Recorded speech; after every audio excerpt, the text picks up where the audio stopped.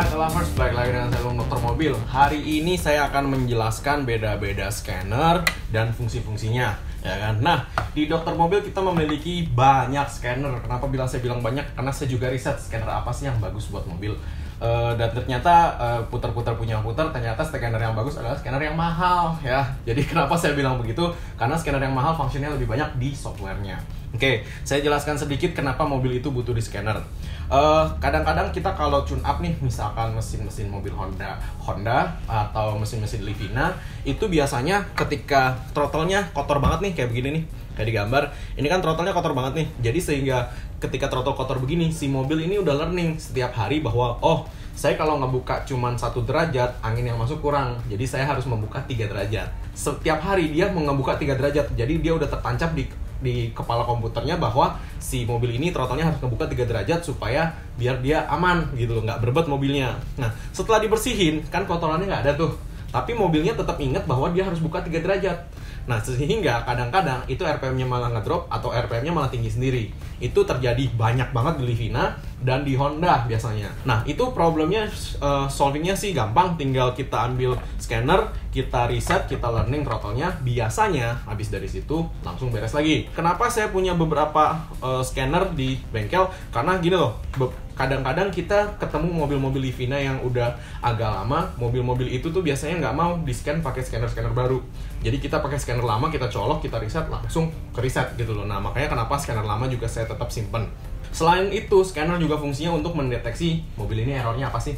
Yang mobil-mobil udah computerized ya, kayak misalkan Audi, Mercy, BMW, kemudian Toyota yang high-end, kemudian Honda yang high-end. Itu juga semuanya udah pakai komputer, jadi kalau misalkan mobilnya berebet atau kenapa-napa, kita diagnosisnya gampang.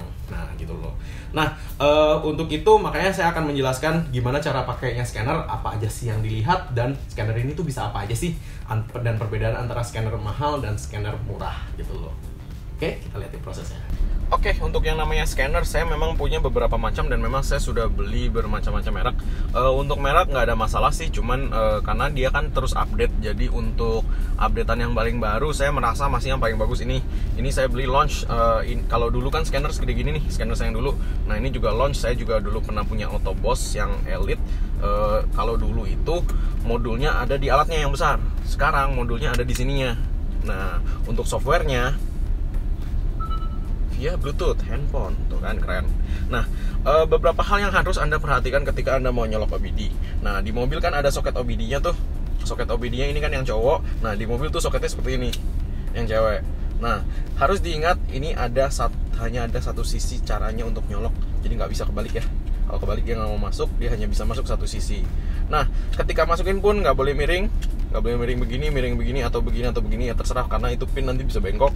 Kalau pinnya bisa bengkok, dia nempel pinnya, ntar malah ada yang konslet.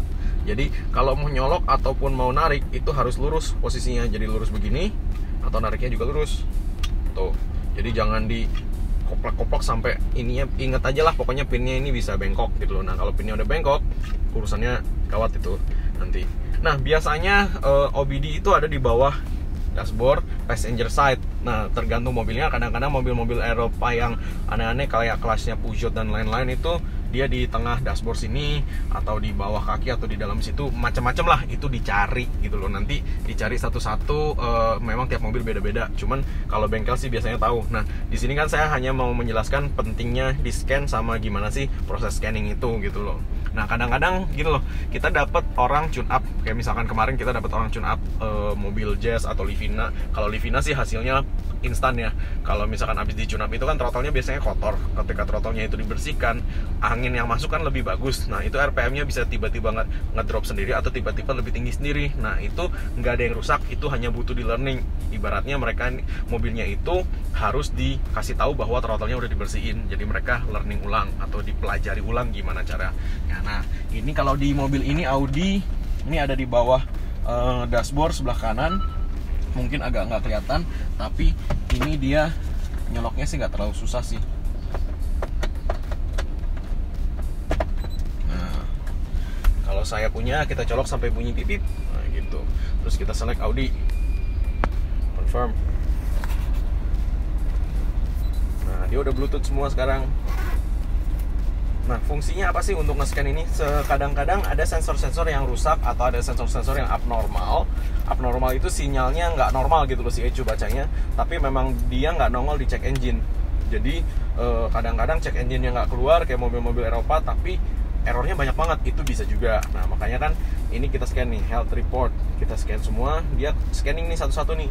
Engine control unit, nanti ada transmission control module, electronics. Nah, tuh kan udah kayak begini kan, no fault code semua satu-satu. Ini ditunggu sampai memang dia selesai. Nah, kita memang beli handphone ini khusus untuk scanning doang, nge-scan doang. Jadi memang nggak kita pakai untuk apa-apa yang lain.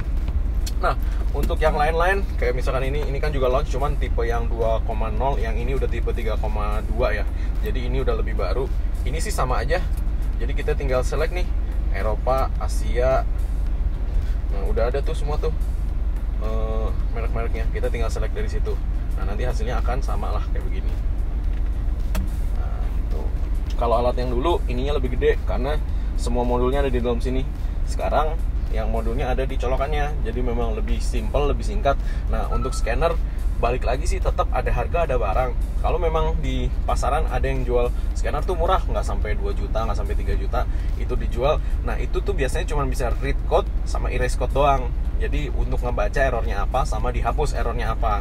Nah, kalau untuk harga yang lebih mahal biasanya itu ada special functionnya, seperti misalnya throttle learning, idle L volume learning, suspension learning, kemudian ada juga transmission learning. Jadi mereka ini bisa learning satu-satu. Untuk di beberapa kasus kayak BMW gitu, dia biasanya kalau kita habis ganti air radiatornya, dia butuh di bleeding. Bleeding itu artinya buang angin. Kalau orang Indonesia bilang, nah buang anginnya tuh pakai ini, bukan pakai di situ, buka-buka nggak bakal bisa. Nah, itu untuk BMW dan Mercy gitu-gitu, karena memang mobil Eropa itu lebih butuh banyak scanning. Kalau mobil Jepang untuk yang versi lama atau yang versi semi komputerisasi nggak terlalu butuh scanning sebenarnya. Nah, untuk mobil-mobil yang butuh scanning kayak misalkan Camry, Alphard, Harrier gitu-gitu ya memang tetap butuh scanning nih. Kalau mobilnya sehat dia akan tulisannya no fault code. Tuh kayak begini. Nah, tuh kan ternyata ada central controlnya, ada fault code-nya. Kalau ada fault code-nya kita baca dulu nih, fault-nya apa. Fault itu maksudnya errornya apa gitu loh. Nah, read DTC. DTC itu kepanjangan singkatan dari data trouble code. Nah, luggage compartment lamp, license plate lamp. Oke, berarti ini ngasih tahu bahwa di bagasi saya lampunya mati, sama di plat nomor saya lampunya mati gitu loh. Nah, kalau misalkan nggak ngerti, ini DTC-nya itu nomornya. Nah, itu nomor sama DTC-nya tinggal di search di Google, DTC 01565 spasi merek mobilnya. Kalau Audi ya spasi Audi. Nanti akan nongol tuh, oh ini apa gitu loh. Kalau ini kan udah jelas nih, ya kan isinya apa. Nah, luggage compartment lamp sama license plate lamp. Nah, ini tinggal nanti dicek nih. Ternyata kalau memang ternyata bener mati ya diganti gitu loh. Nah, tinggal electrical fault in circuit open or short to ground. Nah, ini juga bisa nih. Jadi ini bisa dibaca semua. Jadi pada dasarnya sih udah dikasih tahu nih kalau mobil Eropa rusaknya tuh di mana. Ini bisa kita clear juga. Tuh, clearin tuh kayak begitu tuh. Yes, tuh. Tuh nge-clearnya begitu caranya. Nah, ini kan ada coding, long code identification, access permission, adaptation, actuation test. Lebih mahal softwarenya biasanya, begini-begininya lebih banyak aksesnya. Kayak coding ini berarti kita bisa reprogram dia gitu loh, lampunya kapan aja nyalanya. Oke, ini kita cek semua ya. Tuh radio, fault code-nya 1, apa nih? Kita baca aja satu-satu. Kita bisa langsung clear, kita bisa baca. Cuman biasanya sih kita baca dulu baru di clear. Jangan sampai main clear aja ternyata restriction due to communication interruption. Oh, berarti ini harusnya nggak ada apa-apa gitu loh. Tinggal di clear fault code-nya, yes. Oke, jadi harusnya sudah oke semua nih.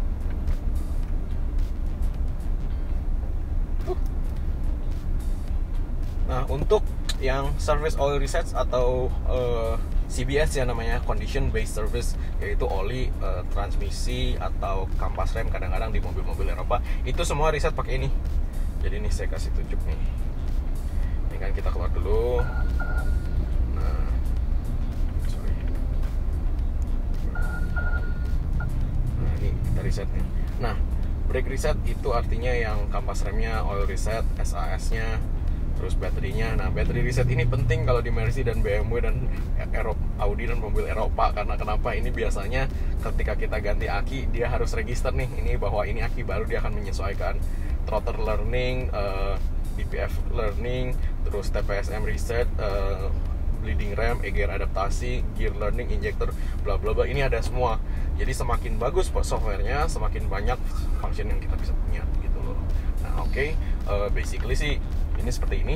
Jadi mungkin sekian dulu penjelasan dari saya untuk mobil. Thanks. Nah, setelah kita lihat cara kerja scanner tadi, berarti kesimpulannya adalah namanya kita mau perbaiki mobil atau mau tune up mobil, kita harus memiliki scanner yang mumpuni dengan mobil-mobilnya.